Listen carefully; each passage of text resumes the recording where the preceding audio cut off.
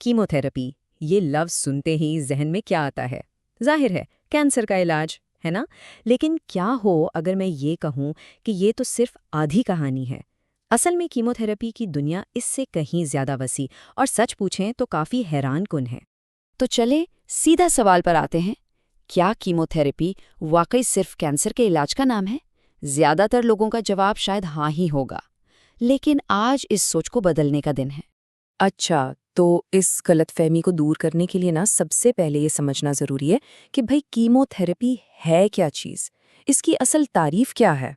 देखें, कीमोथेरेपी का मतलब बहुत सादा है, केमिकल से इलाज। बस ये एक बहुत बड़ा मैदान है, एक ऐसी छतरी जिसके नीचे सिर्फ कैंसर नहीं बल्कि बैक्टीरिया, वायरस, फंगस, इन जैसे कई दुश्मनों से लड़ाई भी आती है। कैंसर का इलाज तो इसका एक हिस्सा है, हाँ, एक बहुत अहम हिस्सा, लेकिन सिर्फ एक हिस्सा। लेकिन यहाँ एक बहुत दिलचस्प सवाल पैदा होता है, ये दवाएं इतनी समझदार कैसे हैं? इन्हें कैसे पता चलता है कि जिस्म के अंदर किस सेल को मारना है और किसे बचाना है? इसके पीछे एक बड़ा ज़बरदस्त उसूल काम करता है। इसे कहते हैं सेलेक्टिव टॉक्सिसिटी। यही है वो सिलेक्टिव टॉक्सिसिटी का कमाल, मतलब चुनकर जहर देना। जैसा कि यहाँ नजर आ रहा है, दवा एक तरफ तो हमला आवर यानी पैथोजन को खत्म कर रही है और दूसरी तरफ हमारे अपने सेहतमंद सेल्स को बिल्कुल महफूज रखा हुआ है। ये दवा बिल्कुल एक माहिर शिकारी की तरह सिर्फ अपने शिकार को पहचानती है और उसी पर हमला करती है। इसको समझने के लिए ना ये मिसाइल सिस्टम वाली मिसाल बेहतरीन है।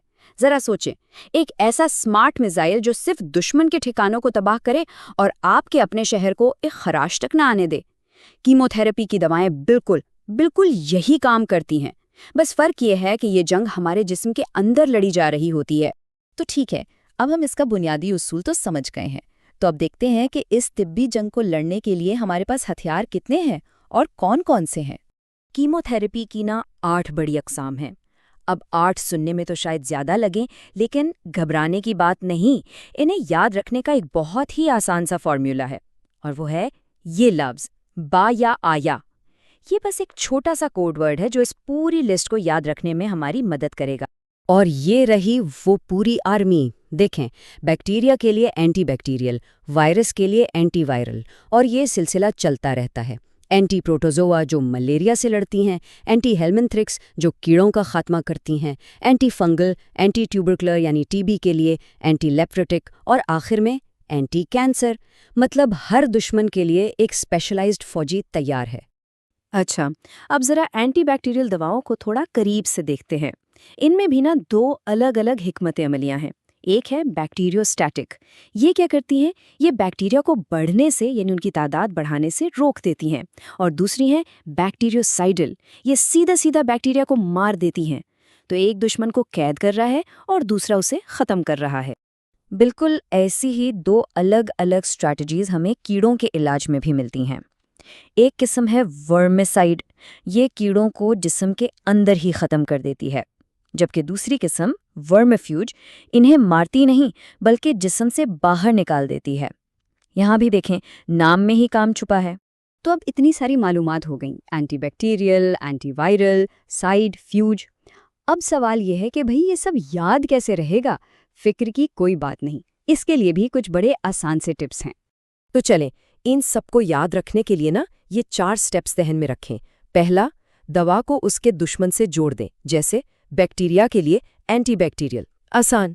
दूसरा, वो हमारा कोड वर्ड याद है, BAAF। तीसरा, लफ्ज़ों की जड़ों को पकड़ें, साइड का मतलब है मारना और फ्यूज का मतलब है भगाना। और चौथा और सबसे अहम, वो स्मार्ट मिसाइल सिस्टम वाली मिसाल हमेशा याद रखें, जो सिर्फ दुश्मन को निशाना बनाता है। तो आखिर में हम ये कह सकते हैं कि कीमोथेरेपी को समझने का सबसे अच्छा तरीका ये है कि उसे एक ज़हीन फौजी समझा जाए। एक ऐसा सिपाही जो एक भीड़ भरी जगह में भी अपने दुश्मन को ठीक-ठीक पहचान लेता है और सिर्फ उसी को निशाना बनाता है, और इस दौरान आम शहरियों यानी हमारे जिस्म के सेहतमंद सेल्स को बिल्कुल महफूज रखता है।